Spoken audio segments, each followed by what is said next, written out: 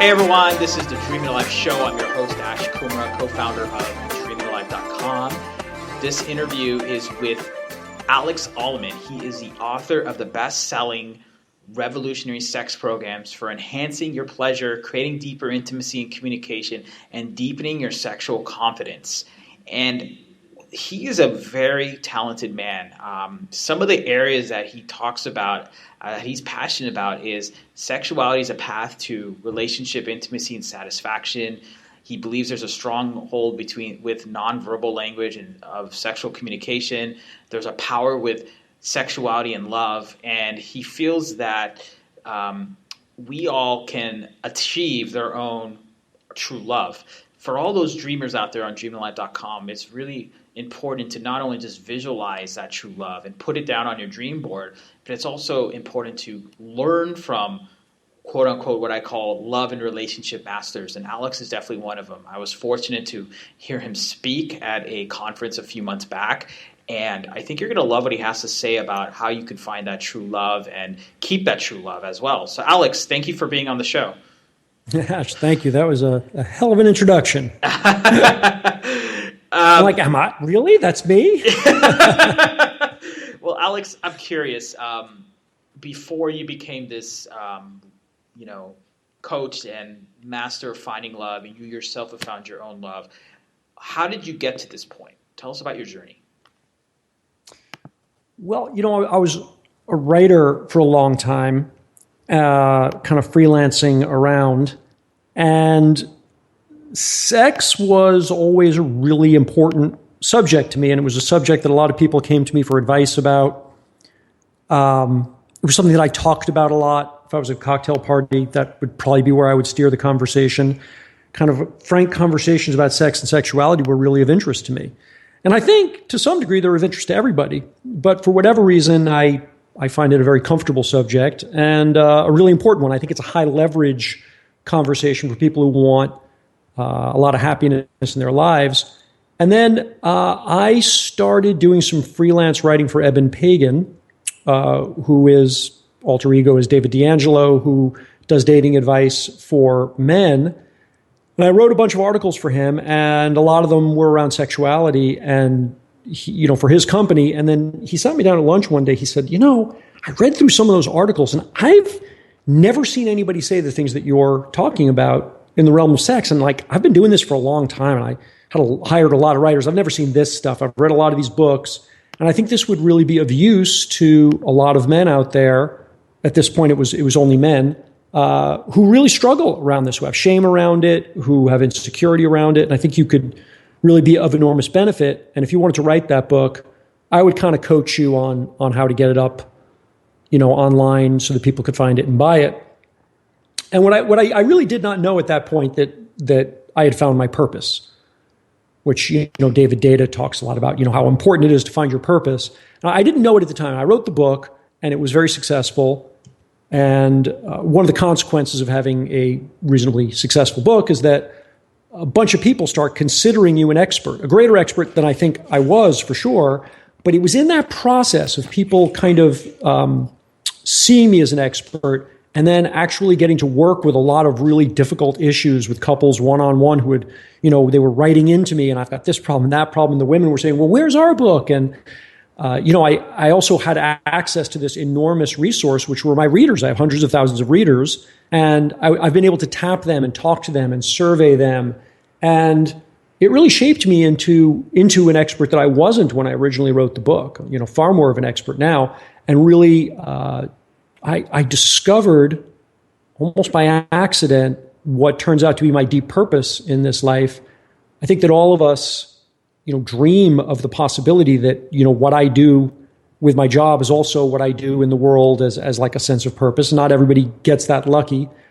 And for me, it was a bit of an accident because I've really come to a very firm opinion, at least. I was going to say conclusion, but a very firm opinion, certainly I believe it, that people's happiness is really, really powerfully determined by their romantic relationship And in fact, the New York Times just day before yesterday published a whole thing about how married people are happier than single people. And for the first time, they did this study correcting for state of happiness beforehand, because there's been some doubt as to whether it's, well, happy people are the ones that are married, not that marriage makes people happy. But no, in fact, being in relationship makes people happier. Not everybody, of course, there's going to be exceptions, but and of course, not every relationship is a good one. But if you can have a beautiful, passionate relationship and really throw your heart into it, it is such a powerful predictor for happiness, like nothing else. You can be really in poor health and broke, but if your relationship is on fire, you wake up in the morning and you feel like I'm living this life. I'm really sucking the marrow out of it. And on your deathbed, I think you'd say the same thing, that I loved, I left nothing on the table. And it's such an incredible honor now that this is what I do. So, yeah, I'm pretty high on this whole thing. Yeah, well, a couple takeaways I got from that, and thank you for sharing that past. I'm curious. You talk about purpose, and I'm going to get to the happiness in marriage in a bit, but what do you mean by finding your purpose? Because there's so many definitions of that, and I know David Deida, who I agree is a huge just thought leader, guru in this age, and a lot of these thoughts, I would say. What is your definition of finding purpose? Because I feel that's so important to finding that amazing relationship.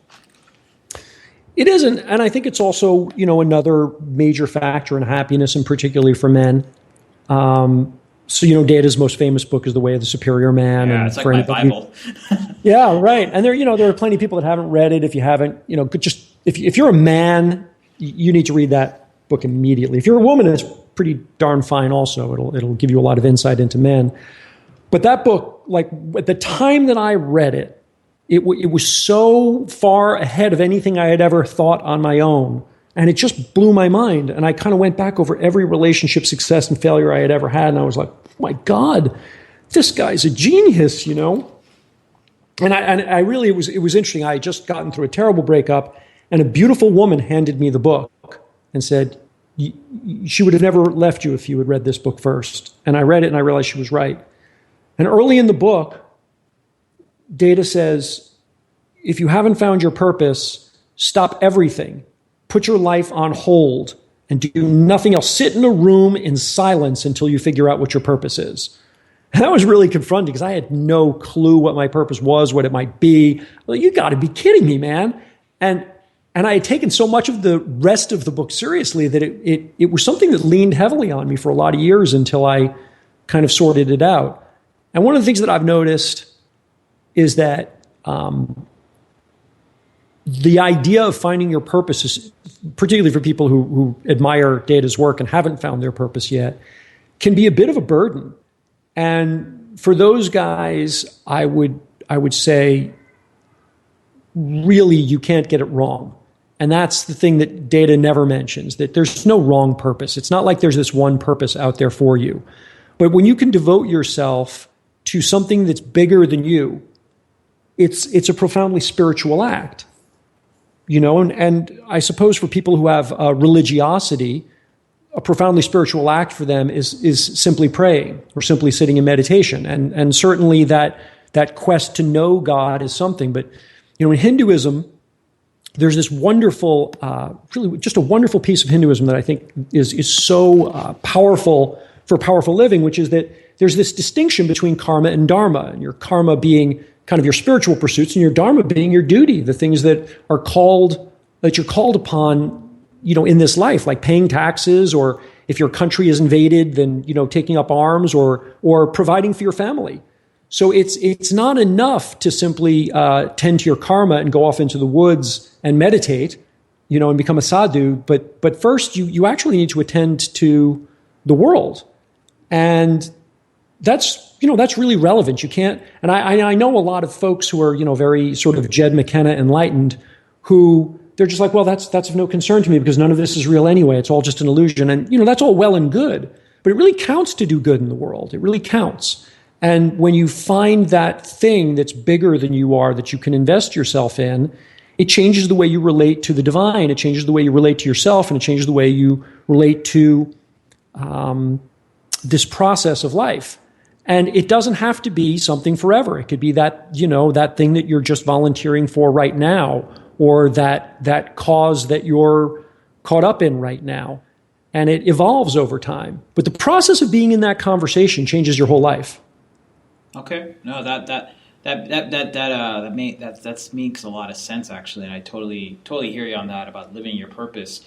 Would you say then that, let's say you found your purpose and you're just living it, would you say that when you know your purpose, you know what your dreams and goals are, subconsciously you attract that certain partner in your life? Well, it sure helps. How did that help you? Because you were recently married, from when I heard you speak a while back, right? Yeah. Well, so I'm going to say that there is some difference in men and women here.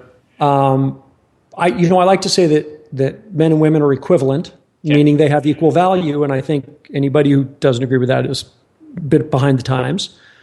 But there are also people who would argue, well, men and women are equal, and they most certainly are not. Equal implies they're exactly the same. And we're not exactly the same. We have, we're clearly biologically different. And, there are all sorts of other differences besides that. And they're not firmly set in stone. And there are certainly, women who have what we would call a very masculine energy and men who have very feminine energy. There's no harm in that. But generally, people with a masculine energy, when they're caught up in their purpose, become extremely attractive to the opposite sex. Now, I'll say that women, when they're caught up in purpose, are also very attractive, but the sexual attraction, the romantic attraction that men gain, that bump in masculine energy, or I would even say, butch women, or, which certainly, that's funny, I've learned more about being a man from butch women than I ever did from men, because it's such a conscious act for them. But when you really have that powerful sense of purpose, you don't get rocked by all of those smaller little things. And when a woman sees that you've got it, that you're not rocked by the little things because you're absorbed in something bigger, so the little things become treated just as what they are, little things. It's fiercely attractive to her, fiercely attractive. So that's powerful for men. I think for a woman, finding her purpose, again, it's certainly an attractive quality, and it's certainly a quality that for happiness. But generally, the feminine equivalent would be to be in the process of giving and receiving love. And this is really, by the way, we're really having a conversation about David Deida right now, who's the guy who said all this stuff, not me. It's just stuff that I agree with. I really think when a woman is really dropping her filters to the receiving and the giving of love, as you will see her with, when a man sees a woman playing with a small child, not necessarily her own, and she's giggling and laughing with the child, there's an attractive quality that's just like unbeatable. When a woman's being playful with you and allowing you to have fun and laugh with you, and she's just caught up in that ease of the giving and receiving of love, it's very powerfully attractive. And that's the way purpose shows up on a man. That's well said. I love that. I really do. And I totally hear you on how to attack that purpose, how to maintain that purpose, how to see that purpose, and those subtle examples, like when a woman sees a guy with a little kid, you're like, oh, he's family orientated and things like that.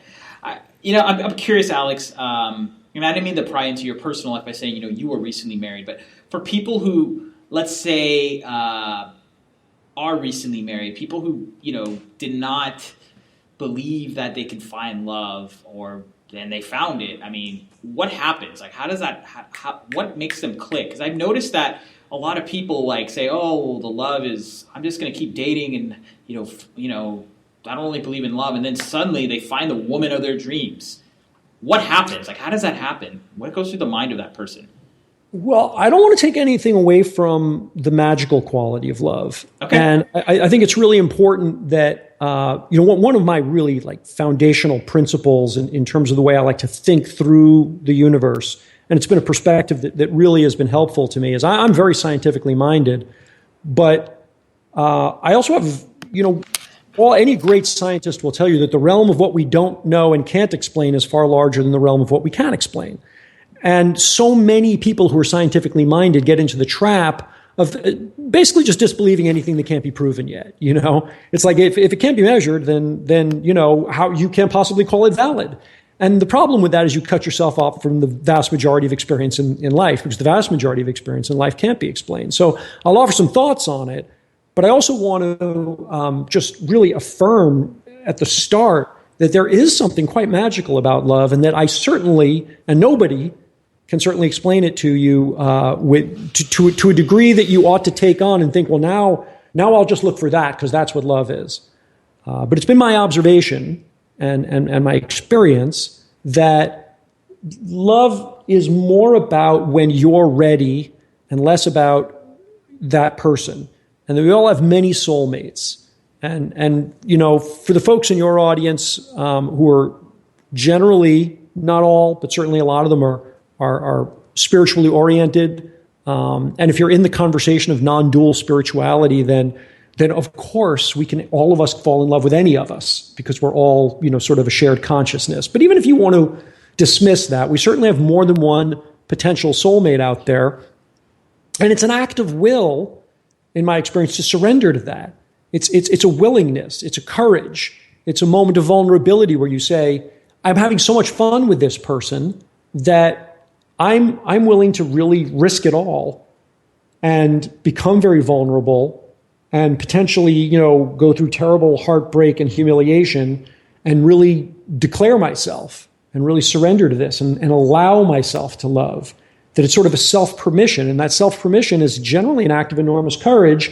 And we give each other permission. So, as a couple is in this sort of early flirtation and you're having fun and the sex is great and you're laughing a lot together and you're teasing each other. And then there's this kind of like slow building of trust as you each reach this point of surrender until you can surrender to each other. And to the degree that you can surrender to each other, which is really the degree of courage you've got, faith really in the realness of your love, which is really faith in the realness of love as a spiritual force, the greater the surrender, the greater the love. Could you elaborate on that? As we kind of conclude this interview, I really love, no pun intended, really love what you just said about that whole surrendering kind of mantra. Could you just elaborate on that a little further, please, if you don't mind? I don't. In fact, when we met at the conference, I had a little conversation about this from the stage. And the thing that, this is really, now if you really want the deep, glorious, passionate, forever kind of love that stays intense and passionate and beautiful and playful for life, and I think people generally ought to want that because it's really fine, you really want to try and get to the place where you can surrender all in, 100%, and very few couples ever do that. And when you look at couples, you generally see that most couples, they fight a lot and they have a lot of issues, and there's good things and bad things, or they become very good friends, but sort of the sexual chemistry and the passion has died out. And this idea of surrendering 100% is something I talk about all the time now. It's a bit of an obsession of mine because it's such a beautiful act. And what happens is it's very, very emotionally dangerous because when you're in the relationship, 60%, it's a good relationship. It's really easy and solid, and you don't sweat the small stuff.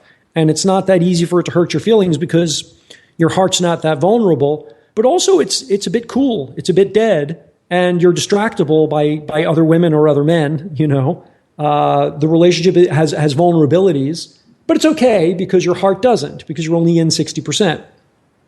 But then at around 80 or 90%, the relationship becomes very volatile because now this person really has enormous power over your heart. And you really sense that you're in dangerous territory. And when they say something that you might be able to misinterpret as them not loving you as much as you thought, it's like shockingly painful. And it's these small little things that turn into these incendiary fights. And so you're fighting over, loading the dishwasher wrong. But in fact, the fight is about, are you going to abandon me because you don't like the way I load the dishwasher? And the fight's about your vulnerability and your fears. And at 95%, the pain level is so excruciating. These are those, passionate relationships where there's like great sex and horrible fights. But something happens at 100%. Something happens on the other side when you push all of it in, which is things become very quiet and calm and simple and easy because you become undisappointable. You're completely surrendered to the other person, and you understand that they're completely surrendered to you. And this is really like this it's like a state of grace. It's a divinity. And it's such a beautiful place to arrive at, but it requires this enormous courage. And it's entirely an act of faith because you can never know the mind of another person. And, the secret sauce to it, which unfortunately we don't have enough time for me to really dig into this as much as I'd like to really explain it, but I hope somebody can grasp this, which is you essentially surrender your idea of what the perfect mate would be to your partner as they manifested in the moment. So as your partner does, so is what's perfect for me. And you surrender it. You just believe it. Like somebody who's very religious just believes the book. They just believe it. They don't need science. They don't care about your arguments to the contrary. They simply believe it. They take it on faith. And this is the process that I think is most exciting. This idea that your lover becomes the definition of what's perfect for you in what they do, in their flaws, in their occasional smallness of mind or meanness, in their, it's all beautiful. It's all the perfect thing for your learning and for your own humanity.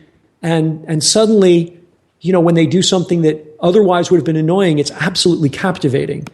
And it's very difficult for me to articulate this in a small amount of time, but if you are listening to this and you get this and you try this out, you simply can't believe how pleasurable and easy and passionate a relationship can become when you really fully surrender to it. Wow.